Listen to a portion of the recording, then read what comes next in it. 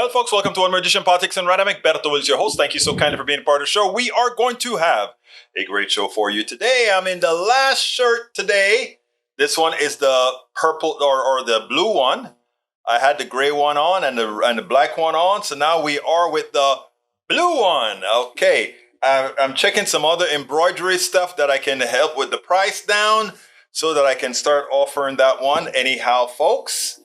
Anyhow, welcome aboard. Melanie Keelan from Barcelona, Spain. Eric Hayes is in the house. Bridge MCP is in the house. And the one and only Robert P. Davenport is in the house, as well as AVQ. I wonder if Egberto will post any MLK economic populism videos today. No, but I have something for you. If I can find it after I play a video, because guess what? El Señor MLK was no capitalist, which made me happy. My daughter came and told me today. I've heard it before, but she kind of said, Daddy, you should research that, and I did. Who else is in the house? Eric Hayes. Did I miss anybody? If I did, forgive me. Given that it's MLK Day, Bridge MCP found a piece that I think warrants us playing it. So I am going to try to play this for Bridge because I thought it was apropos. And then we'll take it on the other side. But we'll start it. Let me see if our mailers went out yet, etc. Just to be sure that all is working fine. I hope it is. But you know how it goes, folks. Automation works most of the times. But every so often it doesn't. All right, this one is thanks to Bridge. I want you to listen to this guy. I think it was an important piece that he said. Let's go with it. Check it out. I knew this question was coming, and I waited until someone asked it nicely to respond. So no, there's no such thing as white pride, in part because there is no white culture. You can have pride based on your ethnicity, like Scottish, German, Irish. You can even have regional pride, like Southern pride. These things usually apply to your cultural identity, like how you grew up, etc. And I had some people argue, well, other colors have pride, and no, they don't. Chicano, Latino pride, Asian pride, those are not colors. The one exception is Black pride, and that's because they've had a unique experience no one else has. Black Americans were robbed of their culture. They don't know where they come from. Two Black Americans meet. They could have come from warring African tribes. They don't know. What they do know is their American experience was similar. In other words, the thing that connects them is the color of their skin and how society has treated them as a result. You also have to consider where the terms white pride and black pride originate. White pride was coined by white supremacists. Black pride is from the Black Power and Civil Rights movement. So one represents superiority and hate, and the other a fight for equality.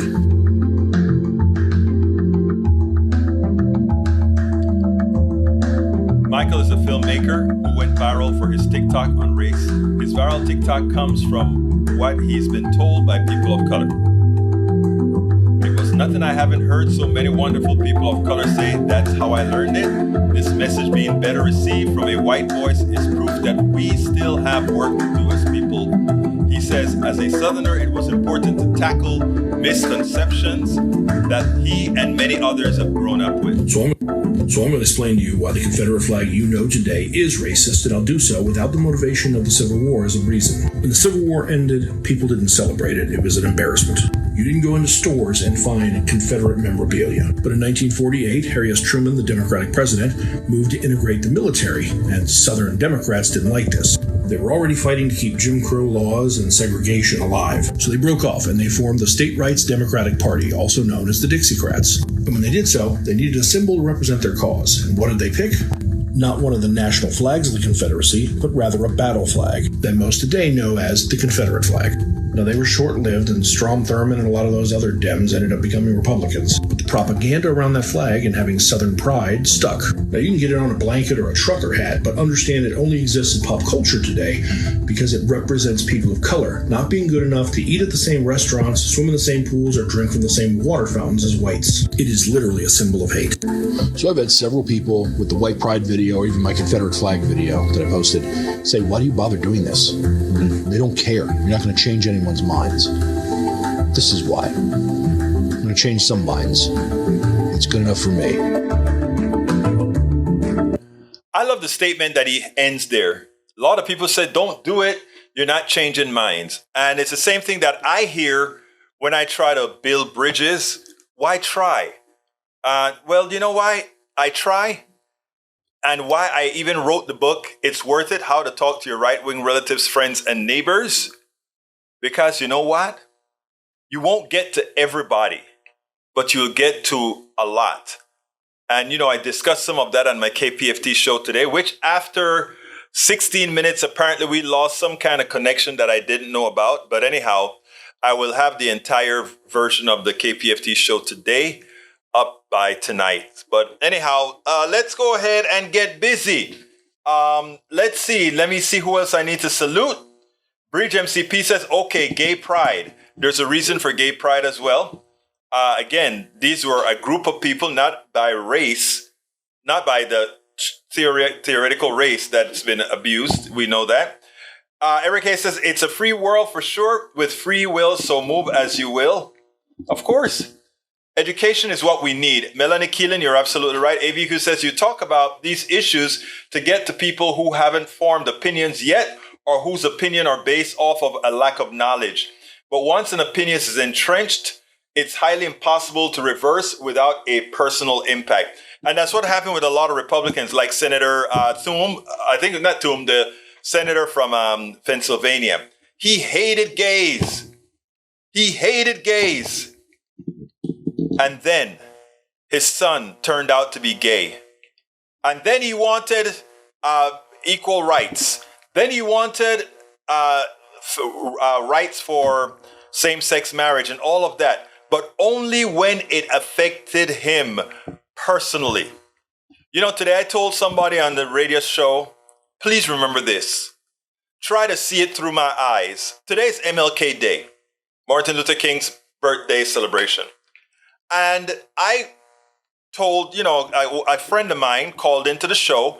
He's from Venezuela.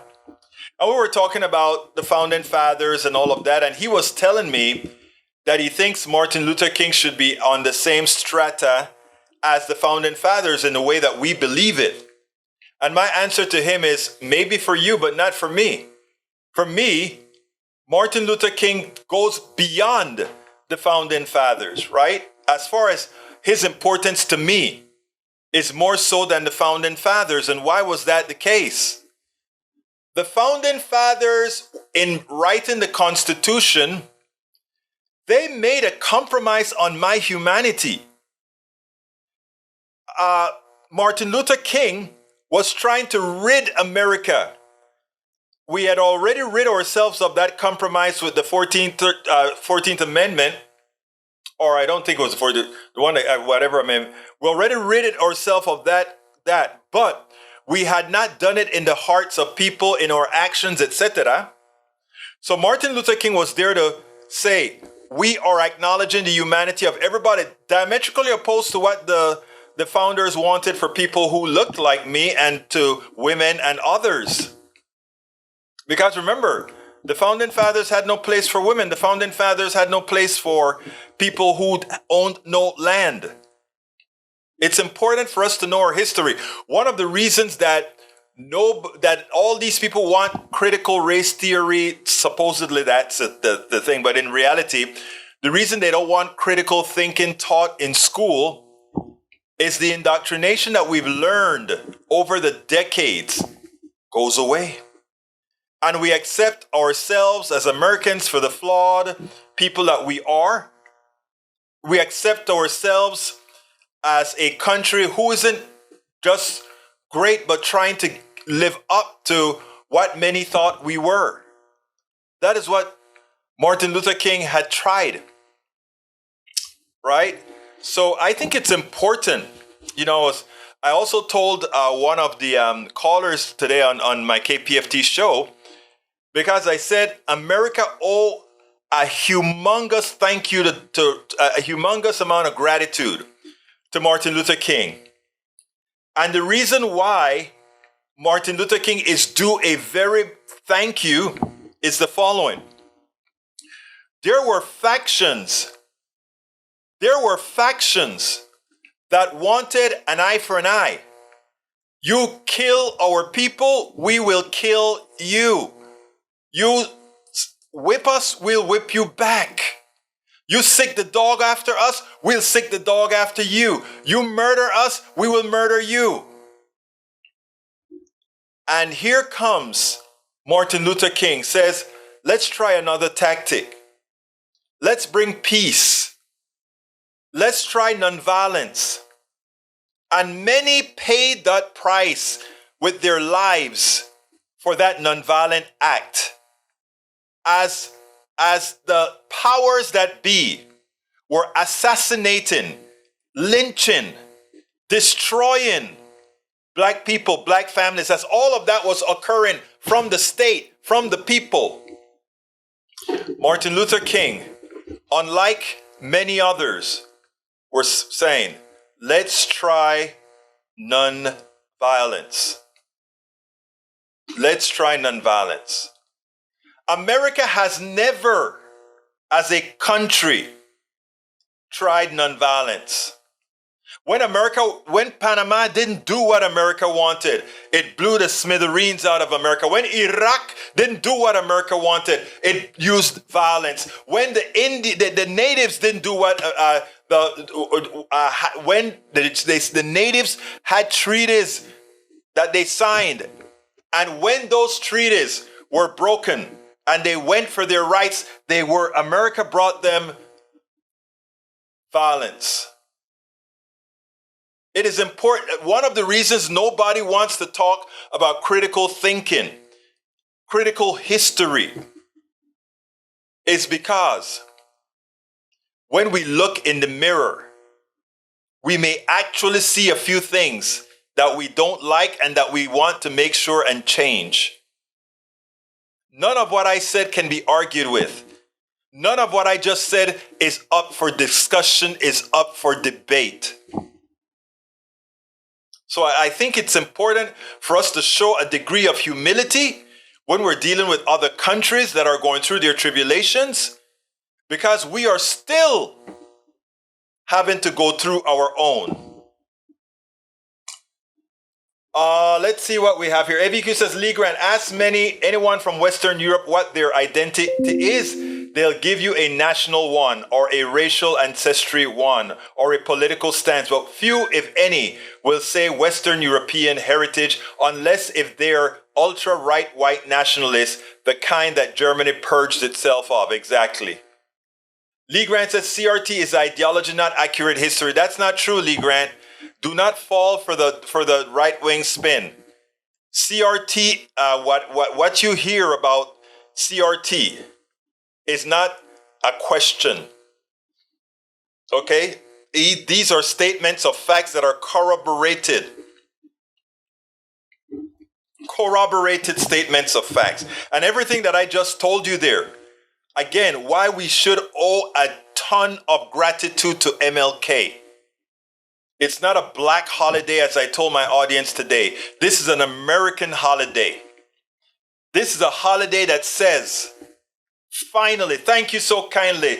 Robert Davenport says, thank you for that super chat, Davenport. Thank you so kindly. He says, the danger that few address is the constant drag to separate people into landowners and renters, aka lords and serfs. They hide it behind racist tropes, but it is aimed at all Americans. Wake up. That is a master statement right there, Robert Davenport. Masterful statement, Robert Davenport.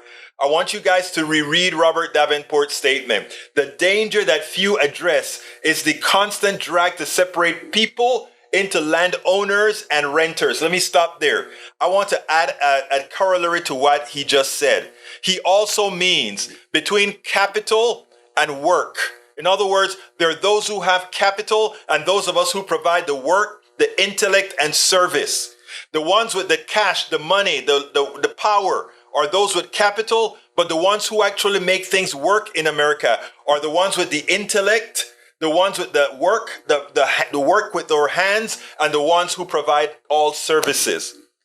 It's the same thing. Serf versus renters versus landowners, lords versus serf. And those are the things that we're trying to change. And all the racial animosities, the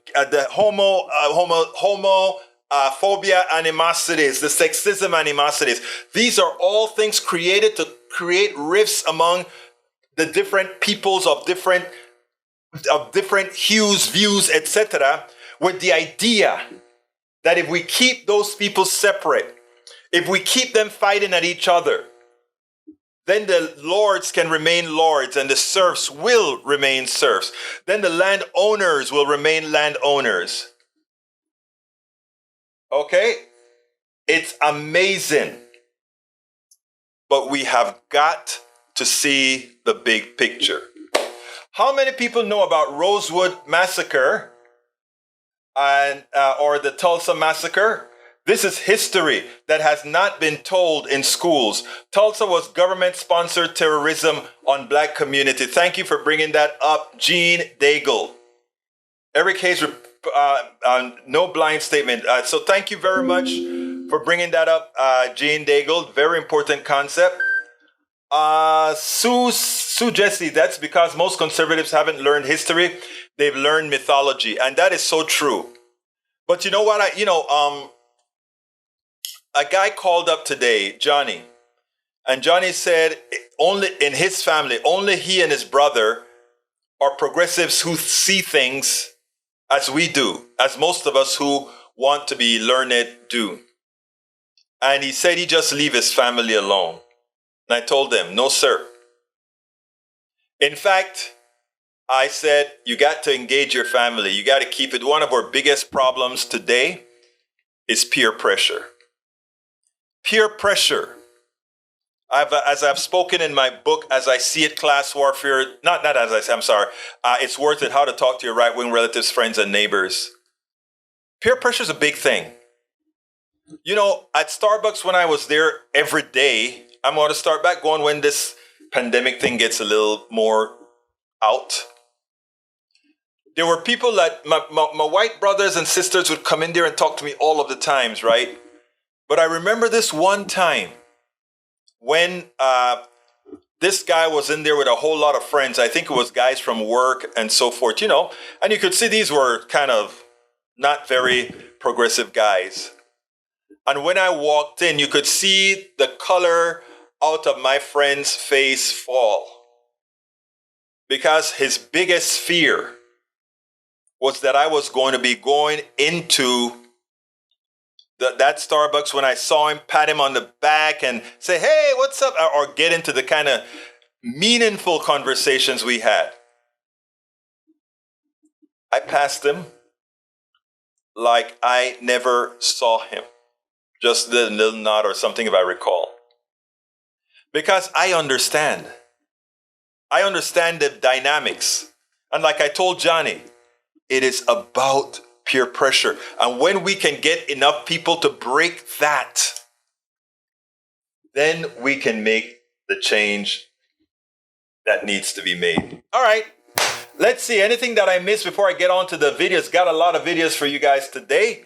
Let's see. Actually 3 very good videos that I got for you today. Let's go ahead and get started. I'm going to start with a funny video. And, you know, this one is with Ali Velshi. And it includes the right wing. So check this out. And then lo tendremos en el otro lado. Velshi does not mind that the right wing, the MAGA folks, are concerned about gas stoves, are concerned about crazy things. Because as long as they're concerned about all these crazy things, they wouldn't be concerned about 2 brown Muslim men doing something special. Check out what Ali Velshi had to say. I thought it was funny. Actually, it was funny. And you know what? It's so true. I am glad, though, about your segment about how folks are getting a little worried about the gas stoves, and you were talking about the culture wars and Dr. Seuss. And I remember Donald Trump talking about not enough water coming out of the shower, and he has to flush several times to get the toilet to work. But I'm glad about that, because what they're missing is the actual subversion going on in America tonight with 2 brown Muslim guys anchoring primetime back-to-back on a major American network. I mean, go crazy about your gas stoves, guys. No, I didn't, because they're worried about gas stoves. They're not worried about us, Mehdi. You have a good weekend, my friend. I'll see you Sunday night. Was that cool or what? I mean, it's good to have fun, this kind of fun on national TV when the joke is actually a reality. Of course it is. I thought that was so funny. You know, when I saw that, I'm like, what, Ali Velshi, what were you thinking? So I went ahead and I posted it, and then I tweeted it, and then Mehdi Hasan retweeted it and said LOL and retweeted it when he saw that I posted what Ali Velshi did. You know, I've spoken to Velshi a couple of times over direct message, and you know, I figured I figured he would have said something. He didn't say anything, but Mehdi Hasan did. Let's see what else we got here. Oh, Ali hit it out of the park. I know. Was it funny or what? I thought it was funny as hell. Deborah Moyers, how you doing, my beautiful lady? Hey, Deborah, the show today at KPFT, something happened to the internet after 16 minutes. It just disappeared. That wasn't my fault. I didn't even know it wasn't saying. So what I do know now is that I got to keep monitoring. Here is a good breakdown of CRT. I don't know where, look, you don't have to look for a good breakdown on CRT, Lee Grant. Just go to where the source is, the guy who writes about it in legal classes. We don't teach it in high schools. We don't teach it anywhere. It is a concept that is taught to show how the systemic nature of what has occurred to people. I mean, to people of color. So please, don't listen to what the right wing has to say about it, okay? It makes absolutely no sense. Yeah, Prager University is a joke. Prager University is not a misinformation. It's a disinformation engine. I don't watch anything from Prager. My sister likes to use it. Like, you cannot learn from Prager. Prager is an indoctrination engine based on data that seem plausible, but that's really a joke. So I would never give anybody anything from Prager University if I love them. If you love somebody, you never distribute a Prager University piece because they are all ultimately wrong. That's my statement on Prager. All right, Maywood says, Eric Hayes, let's not forget the issues of obstruction and cooperation. Trump is trying to obstruct and fail to cooperate. Biden's team is cooperating and reported and turned everything over as soon as they found them. Yes, still an issue, and yes, still a violation, but much different in response. Fewer violation and fewer... Look, it's not... Let me tell you what it is, all right? They're like boxes being moved out of the Institute in Washington. Boxes get mixed up. It ends up in Biden's house. No reason for it to be there.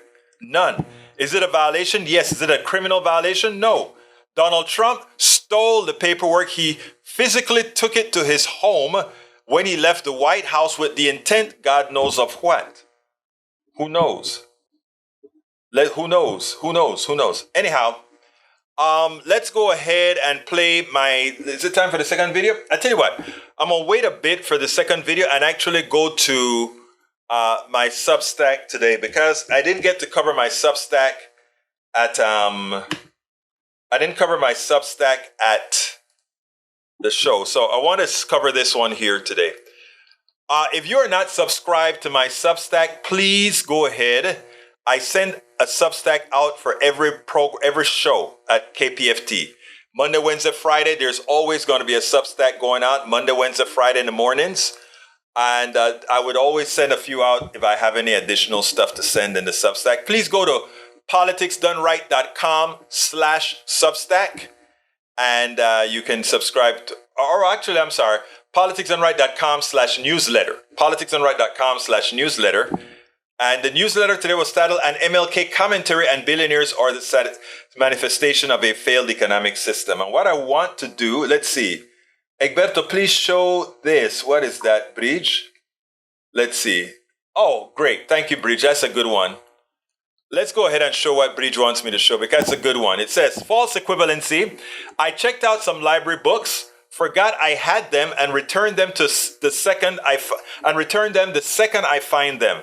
versus I steal the books, deny having them, then return some, claim all returned, ask people to hide the books, ignore subpoenas, and force a search to find the books.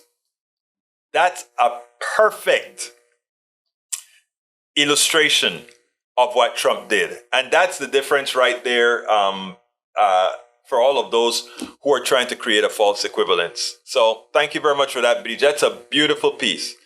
All right, I took care of, we talked about MLK earlier today, but I'm still going to repeat it. It goes like this.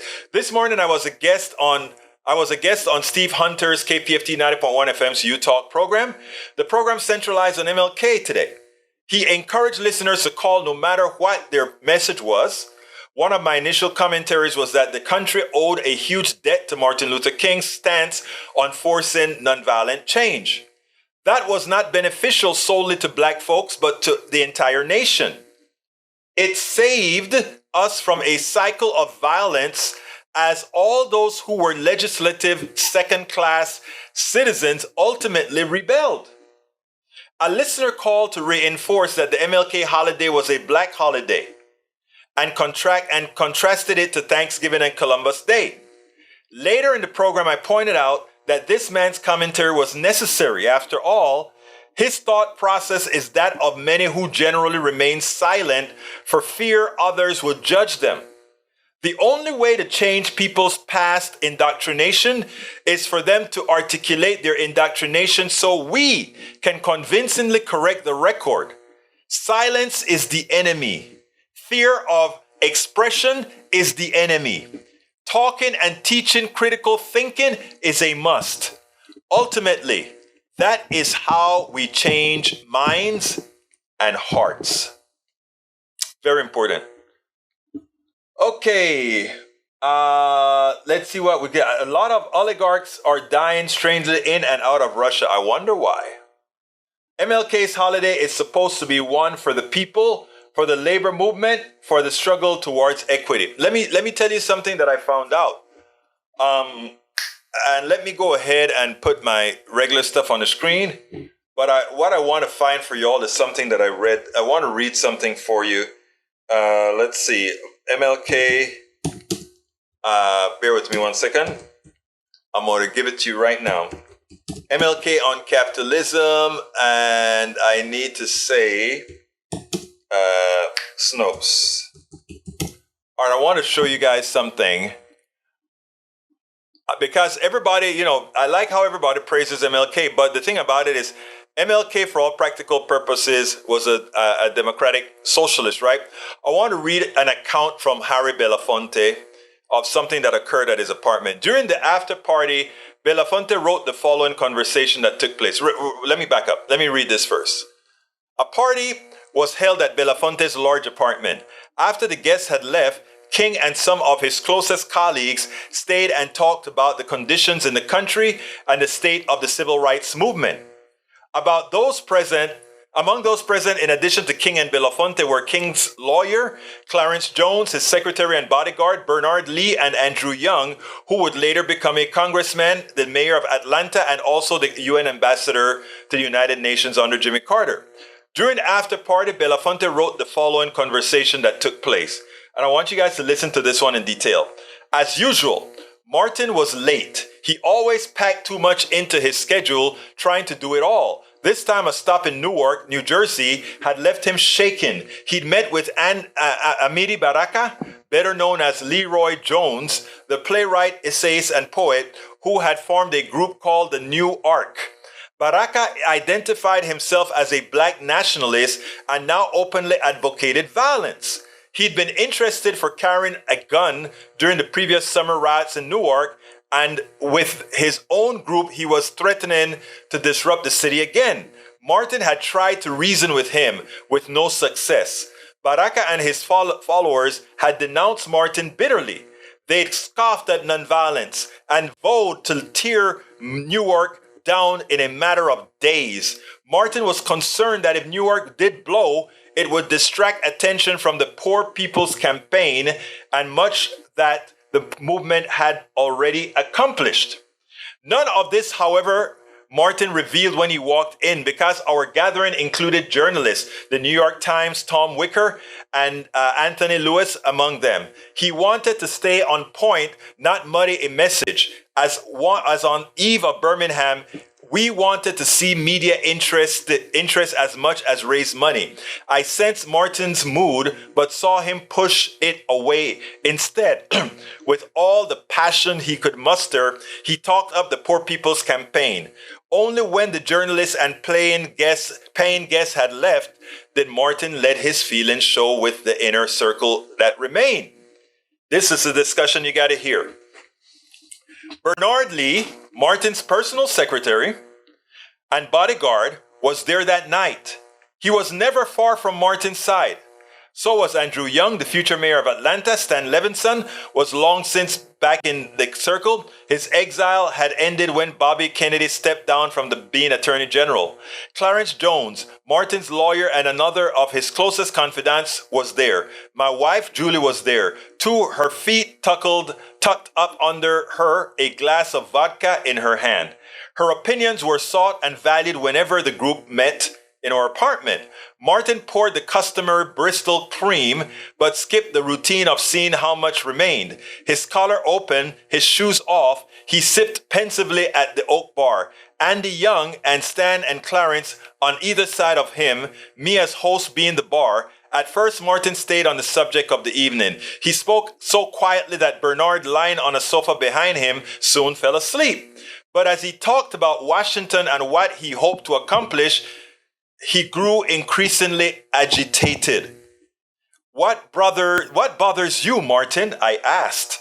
What's got you in such a surly mood?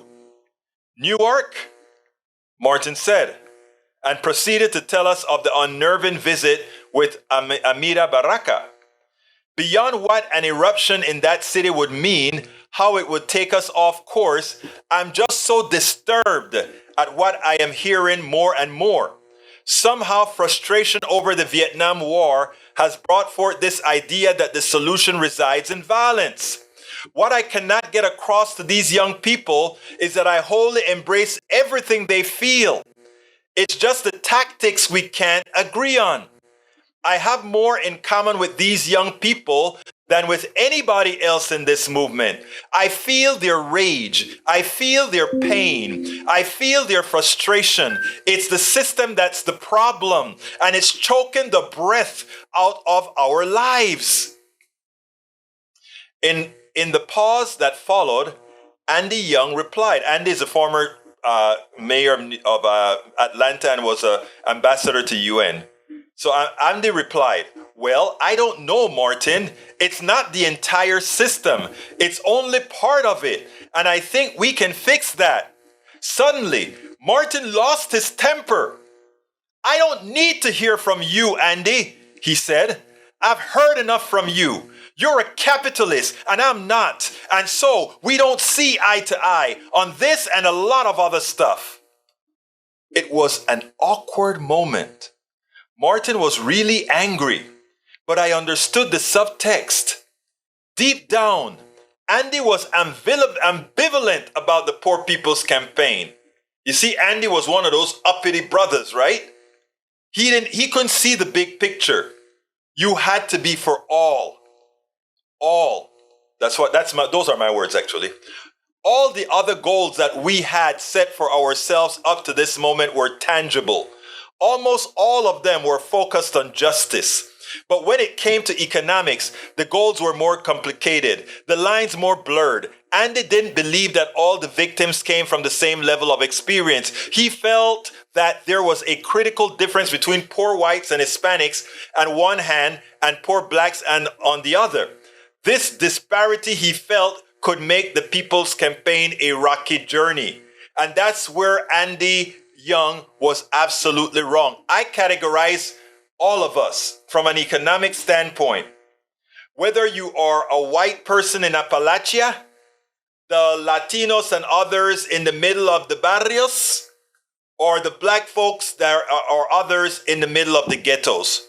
The central issue that separates those and that should bound them all is economics.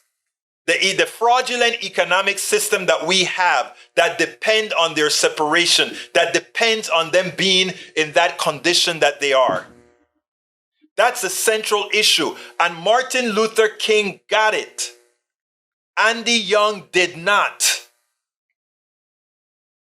Martin got it when he talks about the Poor People's Campaign. It was not the Poor Black People's Campaign. It was the Poor People's Campaign. And he understood that it was the economic system that was systemically fraudulent, that depended on having an underclass, depended on some being permanently poor, so that others could take the spoils. Martin Luther King got it. Andy Young never did. The tension peaked. The trouble Martin went on is that we lived in a failed system. Capitalism does not permit an even flow of economic resources. With this is Martin Luther King talking here. With this system, a small privileged few are rich beyond conscience, and almost all others are doomed to be poor at some level. Even those who think they have don't get it. Taking a sip from his glass, he continued, "That's the way the system works. And since we know that the system will not change the rules, we are going to have to change the system." To which I tell my brothers and sisters, that is why I do what I do. That's why many do what we do. We are the ones. We have to change this evil system that is predicated on having a poor. When in fact, when I play that piece for you, where Andrew Ross Sorkin says the following: unemployment is too low. The Federal Reserve is going to raise interest rates until we can get unemployment higher. It tells you you're in a failed system. If you have a system that is predicated on having people in pain, you have a failed economic system. It is so clear. This is so clear. And I wish more people would see it. It is so important. It is so important. All right, let's go ahead and play the CNN's video with Jake Tapper. And I'll take me a little break here as I center myself, get my pressure down. Because as I spoke the words of Martin Luther King, I could just feel myself channeling Brother King and Brother X all at once. So let's go ahead and listen to Jake Tapper. Watch Jake Tapper really destroy Representative James Comer, who is the Republican chairman of the Oversight Committee, who wants to have all these investigations, who's complaining about the classified data, the classified documents that was found in several locations, Biden locations. Ironically, this only came to fruition because it is Biden who said, Biden's lawyers who found these documents and said, we need to do the right thing and reported them all of the times. Watch how Jake Tapper handles this. And I am not only Jake Tapper today, but I have all the videos that I'm going to be showing with Chuck Todd that's showing. It seems like these journalists are not going to give the Republicans the pass that they normally give them. I hope it continues, but he really gave this Republican, James Comer, a really, really good hit. Check this out. Then let's take it on the other side. You're talking about the Trump documents. Former President Trump is under an investigation for his own classified documents. There are about 20 in the case of Biden. For Trump, there are more than 300 classified documents in Mar-a-Lago. A big difference here, just on the facts, Trump did not fully comply with the subpoena. His lawyers falsely told investigators that they turned everything in. Take a listen to what you told CNN about this situation last November. I don't know much about that. That's not something that we've requested information just to see what was going on, because I don't know what documents were at Mar-a-Lago. So, that's something we're just waiting to see what comes out on that. But is it fair to say that investigation won't be a priority? That will not be a priority. So what do you say to viewers who don't understand why President Biden's documents seem like a big priority for you, but President Trump, who took hundreds more documents, did not comply with the subpoena, did not reach out to the National Archives or the Justice Department to say, hey, we found these documents? It's not a priority. Do you only care about classified documents being mishandled when Democrats do the mishandling? Absolutely not. Look, we still don't know what type of documents President Trump had. That's one of the questions we've asked National Archives. Just because Joe Biden's lawyers said they turned over 5 documents doesn't mean they just turned over 5 documents. They could have turned over 500 documents. At the end of the day, my biggest concern isn't the classified documents, to be honest with you. My concern is how there's such a discrepancy in how former President Trump was treated by raiding Mar-a-Lago, by getting the security cameras, by taking pictures of documents on the floor, by going through Melania's closet, versus Joe Biden. They're like, okay, your personal lawyers who don't have security clearance, they can go through, they can just keep looking and keep looking and determine whatever's there. That's not equal treatment. And we're very concerned. And there's a lack of trust here at the Department of Justice by House Republicans. That's the outrage. So I get that, but there's a big difference in how President Biden and his team reacted and how President Trump and his team reacted. The FBI searched Mar-a-Lago because Trump, for more than a year, refused to turn over documents to the National Archives and the Justice Department, which was trying to get them back into secure hands. Trump and his lawyers lied about it. Trump lied about not having classified documents, did not keep them in a secure location, did not comply with the subpoena, but said he had. And that search warrant, which Trump forced out into the open through his legal machinations, that cited laws that Trump might have violated, including the Espionage Act. You wonder, what took these guys so long to force these guys' hands? I mean, I think Jake Tapper did a great job by not allowing the bloviations of an inconsistent set of Republicans to get forth to the people listening. Great job. Good job, Tapper. We spend a lot of absolutely great job by Jake Tapper there. I think he needed, I am generally so upset with Sunday morning news because they give these guys, specifically Republicans, a pass all of the times. This time around, Tapper did a great job. Robert Davenport says, my personal philosophy about this great country of ours is I don't just want my slice of the American pie. I want to change the recipe. I love that. You're absolutely right. Tom C. says, reclassified docs.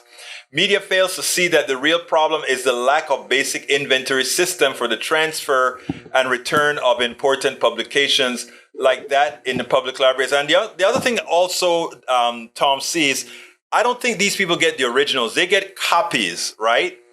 So they get copies engulfed in a top secret thing. So it's really I find it amusing because once you have a top secret document, the law can tell you don't take a picture of it or whatever. But once you have access to it in a private area, you are able to do as you please with it. We got to be careful about how seriously we really consider these things, if you will. All right, but he says so many people in the past could have documents. Who know? Absolutely. And not only that, like I said, Bridge, nobody can stop you from taking pictures of these things once it's outside of the skiff, if you will. Right? You can. Gene Daigle says Chuck Todd on Meet the Press is the worst for giving Republicans a pass and not asking the proper and appropriate questions. And what I'm going to show you is Chuck Todd partially redeemed himself yesterday. Check this out. Could it be that our esteemed mainstream media Sunday journalists, Sunday hosts, are starting to realize that the way they have handled Republicans over the last several years made them a clear and present danger to America, and as such have started really interrogating them as they should. Chuck Todd didn't do a bad job here. As this senator came and attempted to bloviate, as he attempted to just give a whole bunch of false information about Joe Biden, etc., or Hunter Biden. Chuck Todd didn't allow him to go unscathed.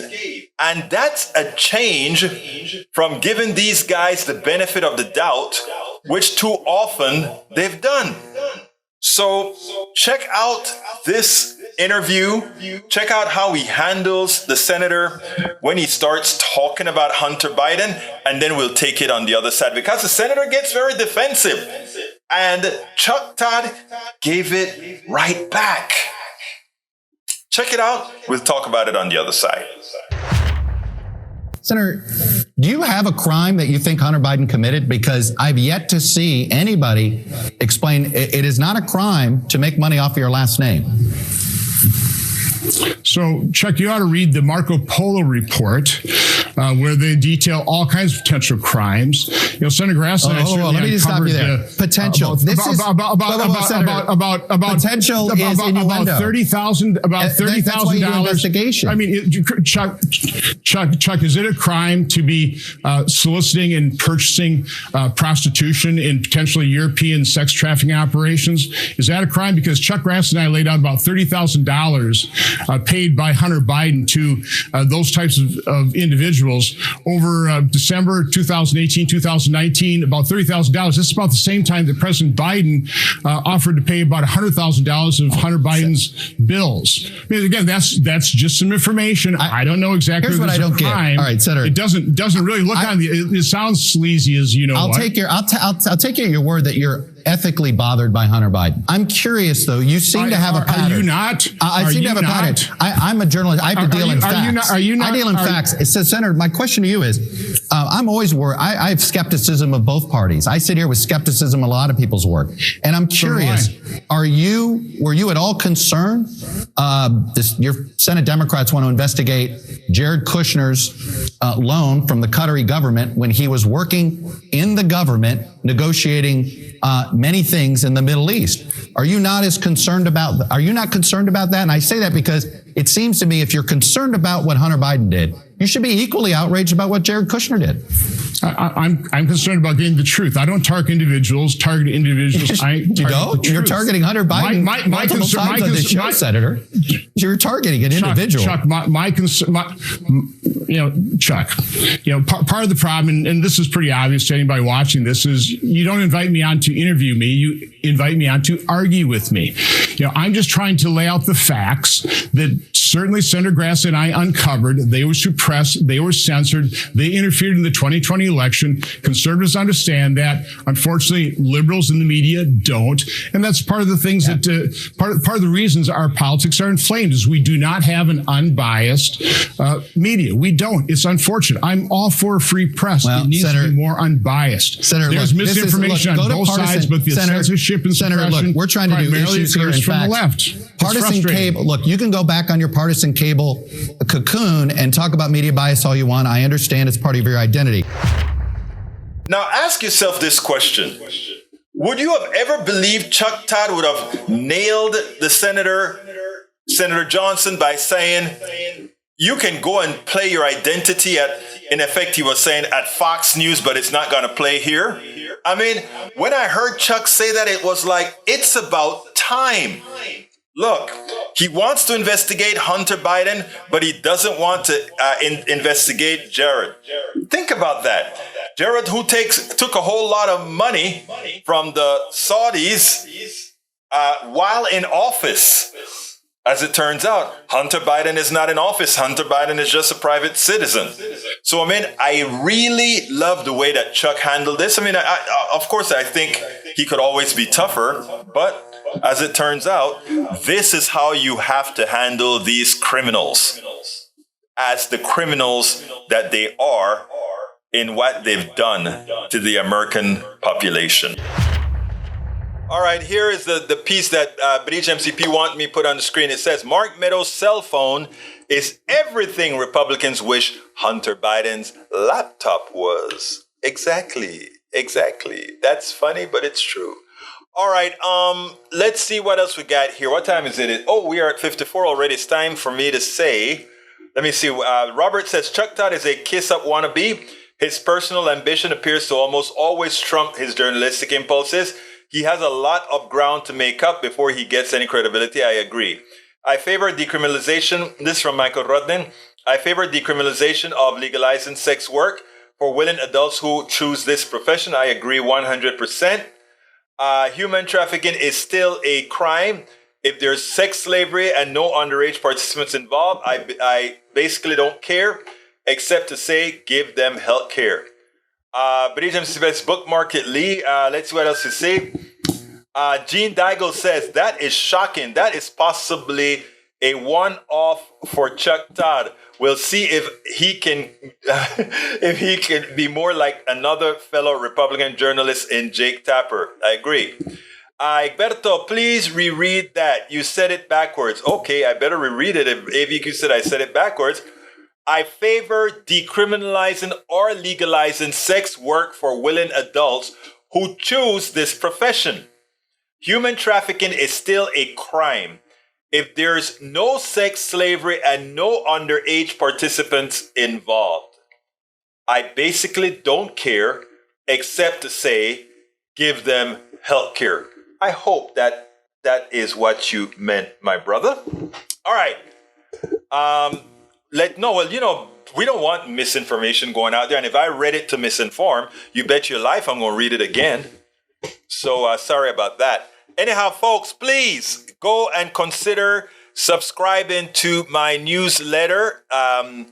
It's both free and not free. If you want to support me, buy me a coffee a month, subscribe to it, please. It's at politicsdoneright.com/newsletter.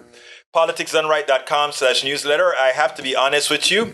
Our contributions have dipped quite a bit. And we need to I'm not the best marketer there is.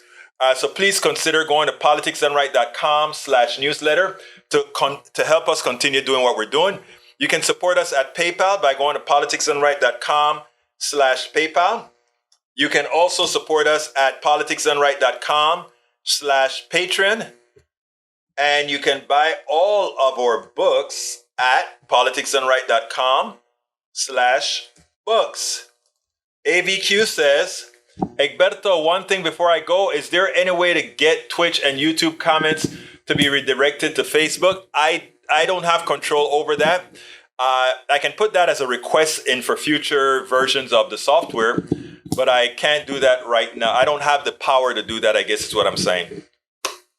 But look, as usual, it has been my honor to be with all of you. Happy MLK Day. Please, let me make sure folks know this, right? I think I've said this at all, but since we get new viewers every day, I like folks to know specifically, I don't believe in race. But we live in a racialized society. And because we live in a racialized society, I must discuss race. Bridge MCP, thank you so kindly. Your message is teaching me how to talk to others. Thank you. It's working. Thank you, beautiful, and I appreciate your super chat. Appreciate it very much. So, I think I want people to understand. In a racialized society, we have to speak race and we have to be honest about it. We have to be honest about the indoctrination that occurs on all sides. But specifically, we have to talk as well on white supremacy, not on an individual basis, but on a systemic basis and how it affects society as a whole. It's important. We can't keep throwing things under the rug. That's why I'm very frank about it. But I always start by letting folks know I do not believe in the concept of race, but I have to discuss it because most people around the world because of capitalism, have learned that they must talk about it. Breach MC, oh, another one. Breach, thank you so kindly, my beautiful lady, for that super chat. Other super chat. Whoa, thank you so kindly for that super chat, Breach. So it's important that you understand where yours truly, myself, is coming from. I only speak about issues as they are. Ben Shapiro, let's see, Lee Grant says Ben Shapiro took it at Harvard. Check out his conclusion. Ben Shapiro is a poor choice. I'm sorry.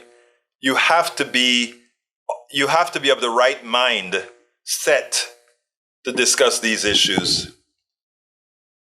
Okay. My name is Egberto Willis. I thank you all for spending this MLK Day with me. But hey, Alistair Waters, you're here. You're here. Welcome, Alistair. Welcome, Alistair.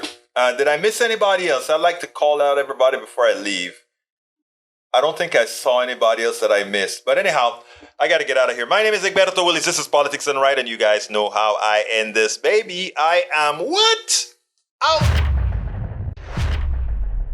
We spend a lot of time deconstructing the news, trying to parse it into a form that everybody can understand. We try to find those little nitpicks where it flies above the fray, etc.